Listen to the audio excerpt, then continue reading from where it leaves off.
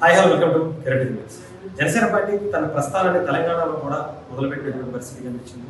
ఈరోజు తెలంగాణ మున్సిపల్ ఎలక్షన్స్లో ఇద్దరు అభ్యర్థులను కూడా గెలిపించుకున్నటువంటి పరిస్థితి. అయితే దానికి సంబంధించి కొంత మాట్లాడడానికి జనసేన పార్టీ విభాగానికి సంబంధించినటువంటి కావ్య గారు జనసేన పార్టీ విజయాన్ని ఎలా చూస్తున్నారు? మేము తెలంగాణలో ఖాతా ఓపెన్ చేసినప్పుడు నిజంగా చాలా సంతోషంగా ఉంది. ఎందుకంటే పవన్ కళ్యాణ్ గారు ఎప్పుడు కూడా అంటుంటారు, ఆంధ్ర జన్మనిస్తే తెలంగాణ పునర్జన్మనిచ్చిందని. అలాంటి ఈరోజు అందరు కూడా అంటారు తెలంగాణలో ఎక్కడుంది మీ పార్టీ అని. అలాంటిది ఈ రోజు 2 చోట్ల గెలిచినందుకు నిజంగా మేము చాలా సంతోషపడుతున్నాం.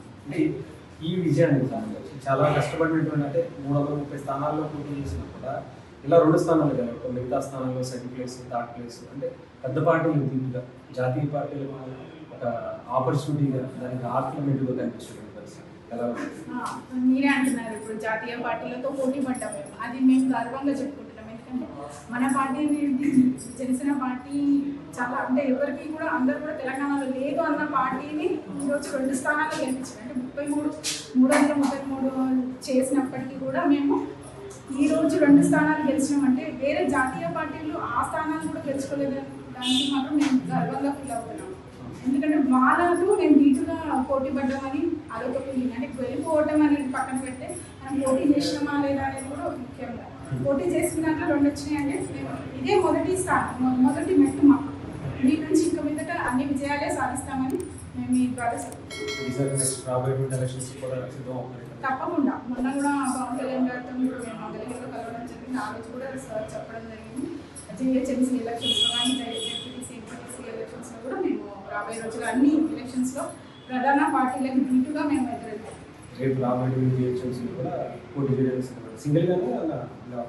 అలయన్స్ గురించి అయితే మేము చెప్పొద్దు, ఎందుకంటే మా అధ్యక్షుడు పవన్ కళ్యాణ్ గారు ఆయన ఏ నిర్ణయం తీసుకుంటే దానికి కట్టుబడి మేము వెనకాల నడుస్తాం.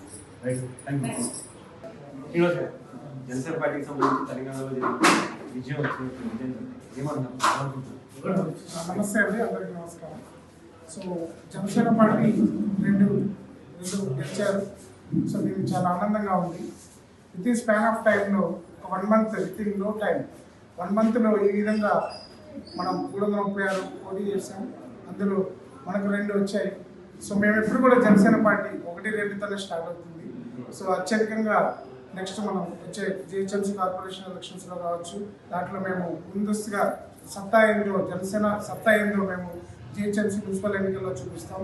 జనసేన పార్టీ అనేది ఒక న్యూ ఏజ్ పాలిటిక్స్ తీసుకొని డబ్బులు పంచకుండా చేసిన నిజాయితీగా చేసిన పార్టీ మాది. సో మేము చాలా గర్వంగా ఫీల్ అవుతున్నాం. ఎవరైతే మాకు ఓట్లు వేసి గెలిపించిన ఓటర్ మహాశయులకి ధన్యవాదాలు, కృతజ్ఞతలు తెలియజేసుకుంటున్నాము. ఇదే విధంగా ఇదే కసితో ఇంకా ముందు ఇదే కసితో పనిచేస్తాం. మార్కెట్లో పబ్లిక్లో మేము గ్రౌండ్ లెవెల్లో పనిచేస్తూ ఉన్నాం. మేము పనిచేస్తున్న దాన్ని చూసి ప్రతి ఒక్క పార్టీ, బీజేపీ పార్టీ కానీ, కాంగ్రెస్ పార్టీ కానీ, ఎంఐఎం కానీ, ప్రతి అదర్ పార్టీస్ అన్ని కూడా భయపడిన సందర్భాలు చాలా ఉన్నాయి.